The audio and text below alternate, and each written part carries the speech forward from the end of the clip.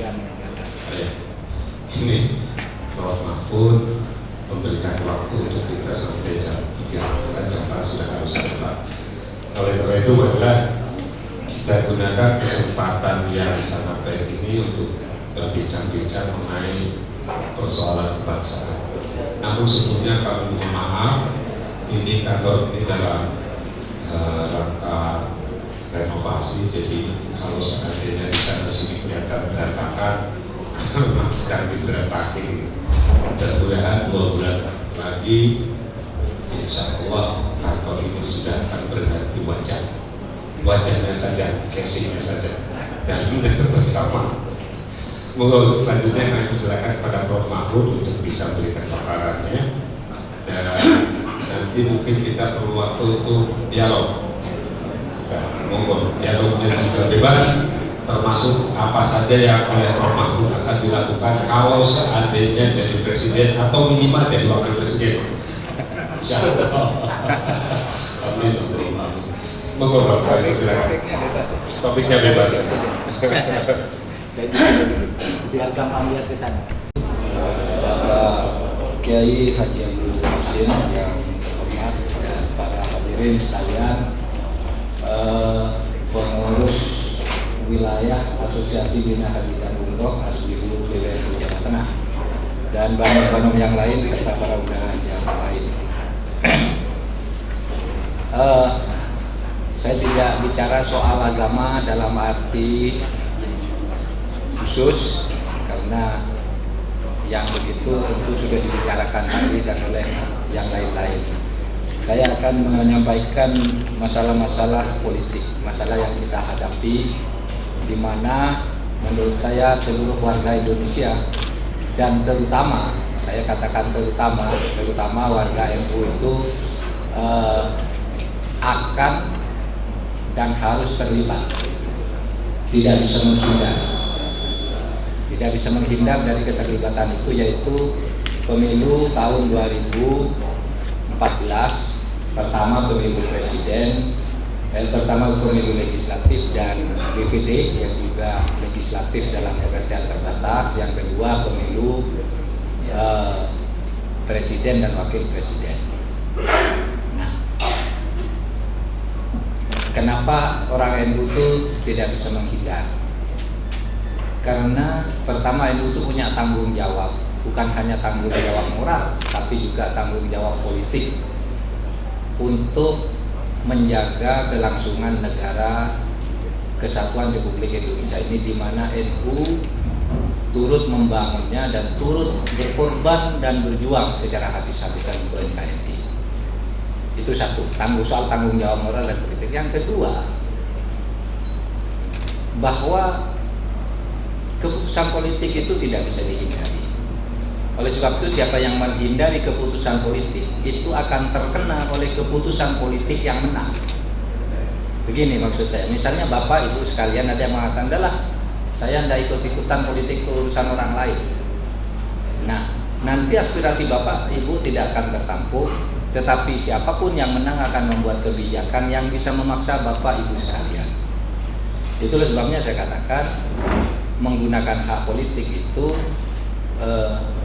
mungkin pada dasarnya mubah, lilibahah gitu, tetapi pada saat tertentu bisa menjadi sunnah, bahkan bisa menjadi wajib, bisa juga menjadi haram. Seperti orang kawin itu, menikah itu pada dasarnya ya mubah saja, tetapi bagi orang yang tidak bisa menahan hawa nafsu, kalau tidak menikah maka dia wajib menikah. Tetapi kalau dia menikah ingin menganiaya seseorang agar tidak diambil orang lain dan terhukum dengan dirinya, maka haram menikah. Sama dengan pemilu. Pemilu itu pada dasarnya hak. Hak itu tidak boleh dipaksakan. Tetapi kalau akan digunakan wajib dipenuhi oleh negara. Ya, Bapak punya hak memilih. Nggak boleh negara memaksa Bapak wajib milih. Gitu. Kalau tidak milih dihukum, tidak bisa, itu hak. Tapi begini, kalau saya akan memilih, oleh sebab itu negara harus menyediakan fasilitas, maka negara wajib memenuhi. Nah, dalam keadaan sekarang, menurut saya, Bapak Ibu, menggunakan hak itu penting. Saya belum sampai akan mengatakan wajib, tetapi saya kira itu minimal sudah sunnah. Nanti saya lihatkan ini persoalannya. Kenapa?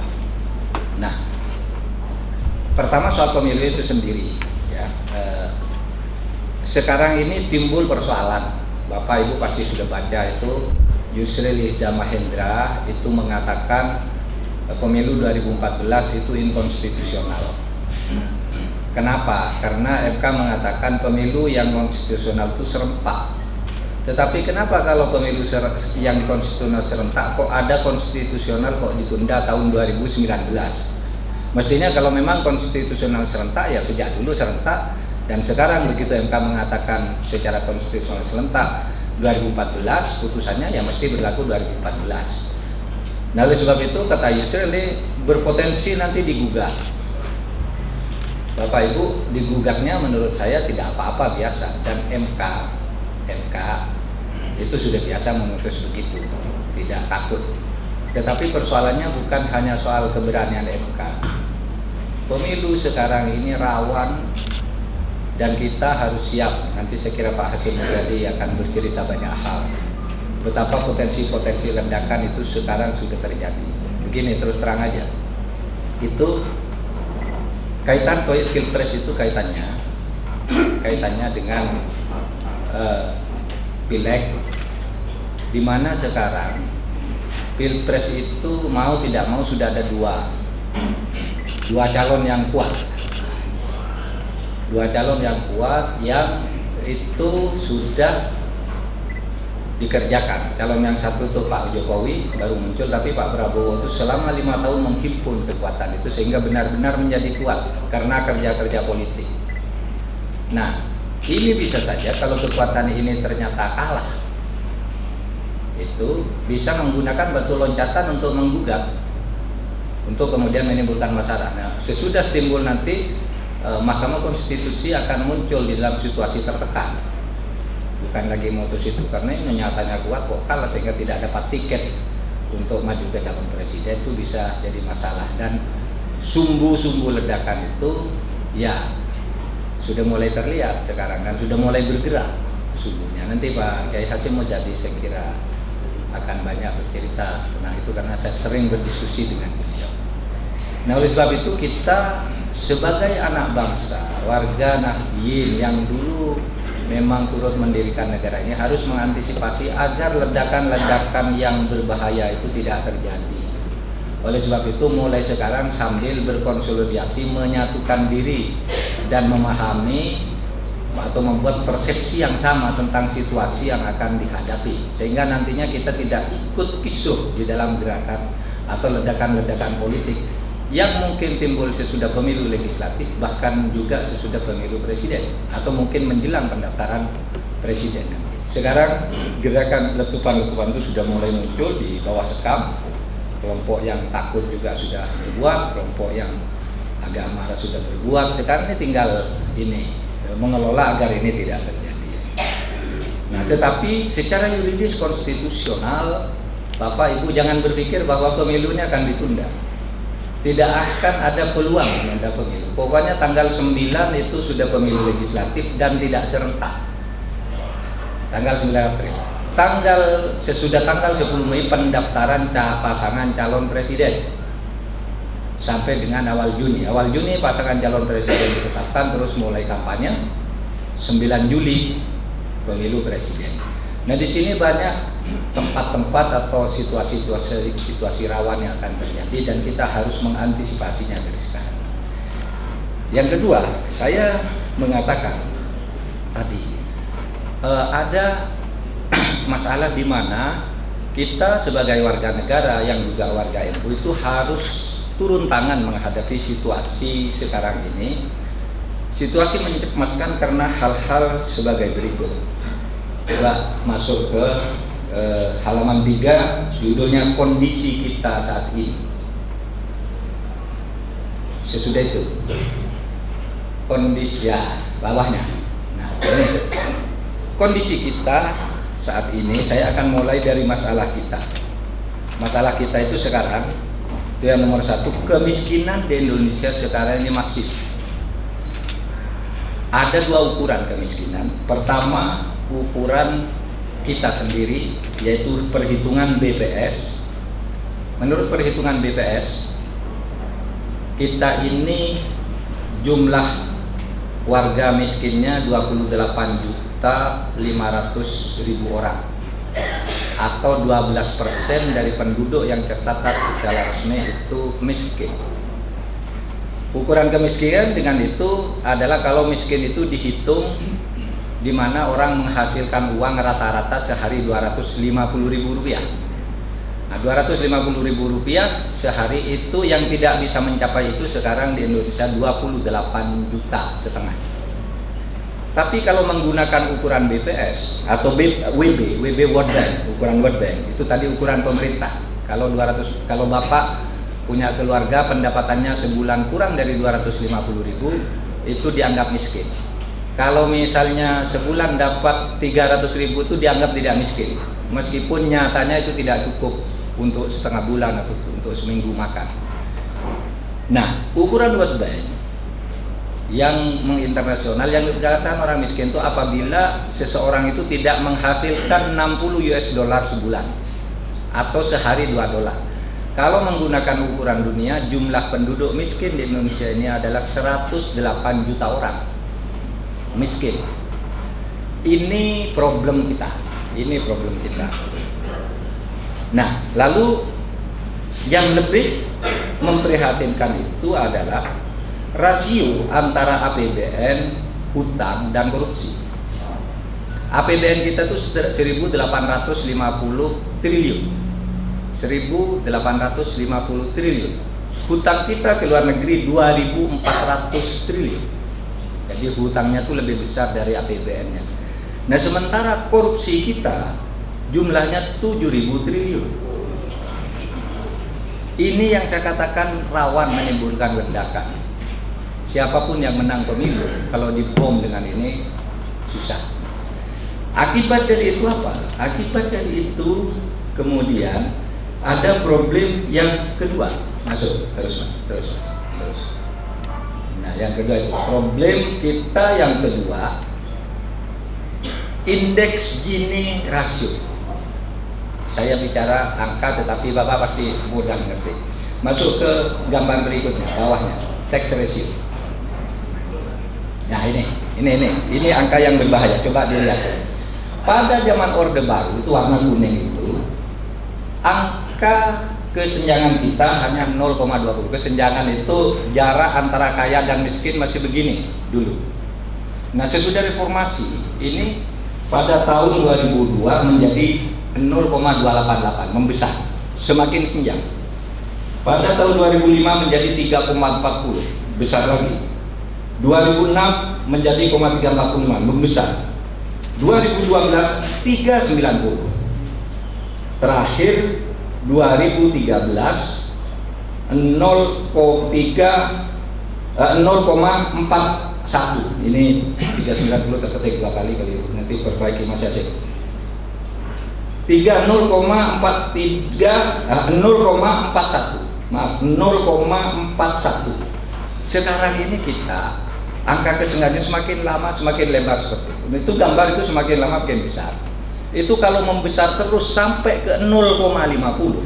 Sekarang kita sudah 0,041. Kalau terus berjalan sampai 0,50, maka menurut teori dan menurut sejarah dunia dimanapun, suatu negara yang sampai ke 0,50, pemerintahnya jatuh, negaranya bubar. Kita sekarang sudah 0,41. Saudara, Mesir itu jatuh, Husni Mubarak tuh di 0,45. Tunisia, Ben Ali itu jatuh di 0,43. Kalau sudah sampai ke 0,5, tidak ada satupun negara bisa bertahan. Rakyatnya pasti melawan, kerusuhan pasti terjadi. Di berbagai negara juga belum ada yang berhasil lolos di 0,5. Nah, ini sekarang yang diperlukan bagi kita tuh ke depan, kalau ingin menyelamatkan Indonesia ini harus ada orang yang berani menurunkan dari 0, dari sekarang 0,41 diturunkan lagi sampai turun mundur, berjalan mundur ke 0,20 itu. Terus kalau bisa 0 gitu. Tidak ada kesenjangan sehingga antara penghasilan dan penghasilan nasional, pertumbuhan ekonomi nasional itu bisa terbagi semakin besar pertumbuhannya, semakin banyak orangnya dapat. Sekarang ini semakin besar pertumbuhannya, itu semakin sedikit orang yang dapat. Kenapa? Karena di sini kemudian ada di problem kedua itu, coba lagi kembali Mbak ke atas, di problem yang kedua. Misalnya ketidakrataan itu selain dari Gini rasio terlihat juga misalnya sekarang ini 1% penduduk Indonesia, 1% penduduk Indonesia menguasai 70% lahan. Jadi yang punya lahan-lahan di sekitar kita itu bukan kita. Itu 1% penduduk, 2,5 juta orang sekarang yang menguasai 70% lahan, hutan, terus reklamasi pantai apa di sini banyak yang dikuasai untuk pengembangan. Sementara 99% penduduk hanya menguasai 30%. Nah, itu angka kesenjangan itu yang biasanya memicu revolusi. Di mana-mana itu terjadi. Nah, orang kadang-kadang tidak menyadari bahaya ini. Semuanya berebutan. Ingin jadi presiden, ingin jadi DPR, ingin jadi ini, sudah mendaftar jadi menteri ini, jadi menteri itu. Ini padahal ini sumbu yang pendek sekarang ini. Kalau kita gagal mengelola pemilu dengan sumbu pendek begitu, berat gitu udah terbakar semua. Hancur. Ini data resmi ini. 1% penduduk menguasai 70% lahan. Sementara 1% penduduk sekarang menguasai 40% aset. Beda lahan dan aset itu, karena lahan kadang-kala ada yang ada asetnya di atasnya, ada yang tidak. Nah, 40% aset Indonesia dikuasai oleh 1% penduduk, sedangkan yang 60% dikuasai oleh 99% penduduk. Nah, itulah Ibu Bapak sekalian. Lalu tax ratio kita. Tax ratio itu angka keberhasilan menarik pajak. Tax ratio kita itu hanya 11% dari yang seharusnya. Dari yang seharusnya pajak itu menurut catatan ini pajak tahun ini sekian, misalnya 100 triliun misalnya, itu hanya dapat 11 triliun. Kenapa itu terjadi? Lagi-lagi karena dikorupsi. Orang yang itu didatangi oleh pegawai pajak, udah kamu bayar sekian aja, nanti yang lain saya yang ngurus. Seperti Gayus itu banyak. Bapak misalnya punya pajak, harus bayar pajak 100 juta, nanti ada orang seperti Gayus dari kantor pajak itu, Bapak tidak usah bayar 100 juta, udahlah bayar 25 juta, tapi tambah 10 juta untuk saya, Bapak beres tahun ini. Ada orang yang sudah menghitung benar, saya membayar pajak 2 triliun misalnya, sudah menghitung benar bayar, didatangi oleh Gayus, Bapak minta penggantian aja, restitusi, bahwa Bapak lebih bayaran. Gimana ngitungnya? Sudah saya ngitung, tapi nanti bagi 2 hasilnya. Itu sebabnya pajak tax rasionya itu cuma 11%. Dan 11% pajak ini sudah mampu membiayai 70% APBN. Coba kalau kita bayangkan, kalau bisa dinaikkan 15% saja, korupsinya ditekan sedikit, APBN kita sudah cukup dari pajak.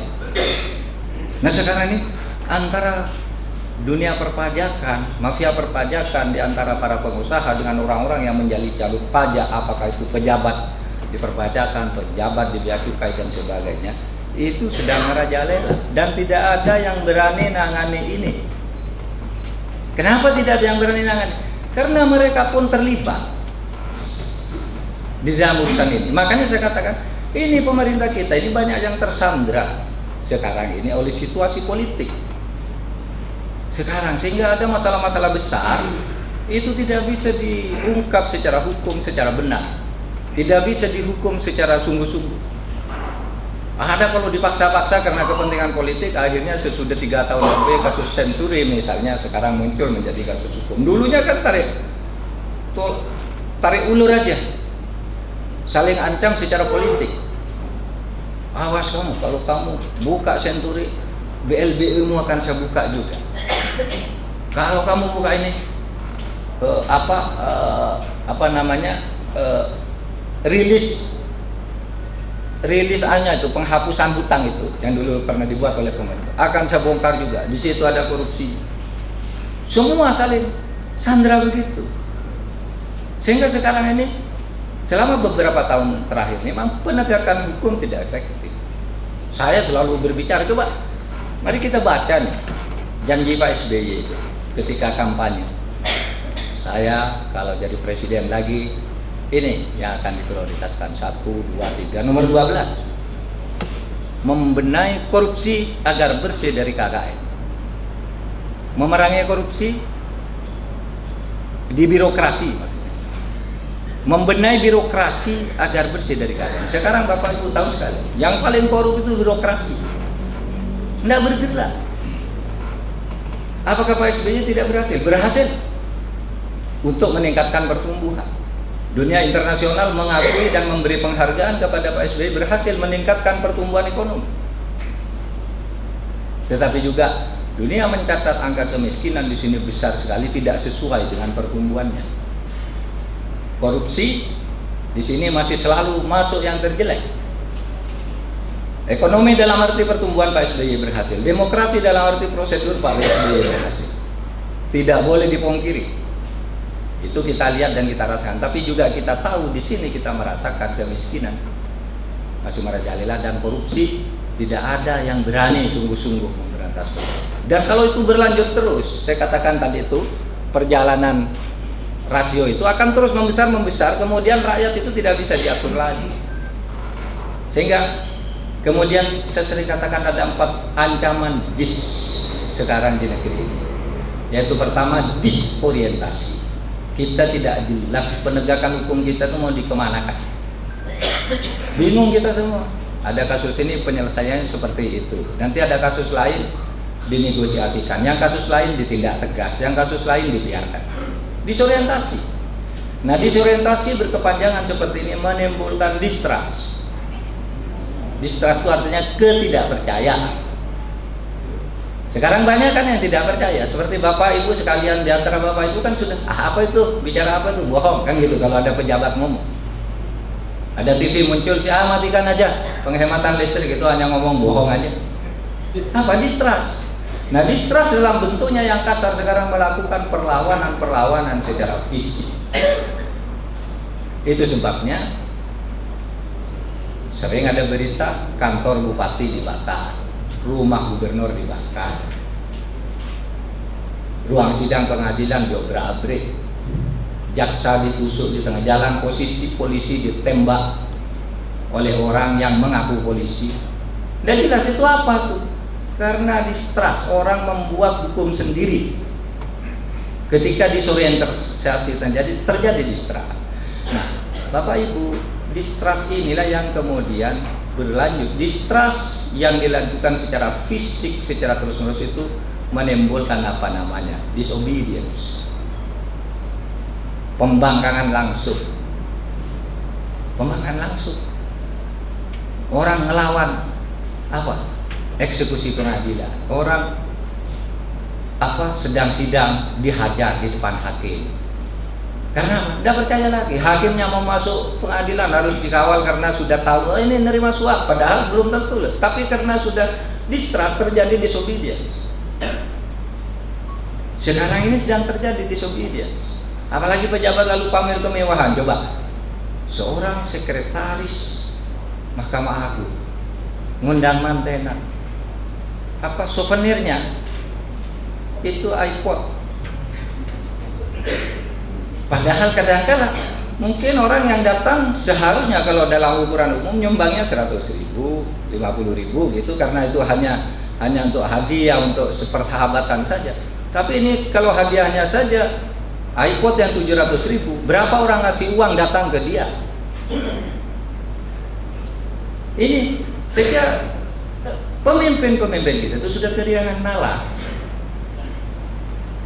Jor-joran seperti itu. Padahal kalau sudah terjadi disorientasi, distrust, obedience yang terakhir, disintegrasi,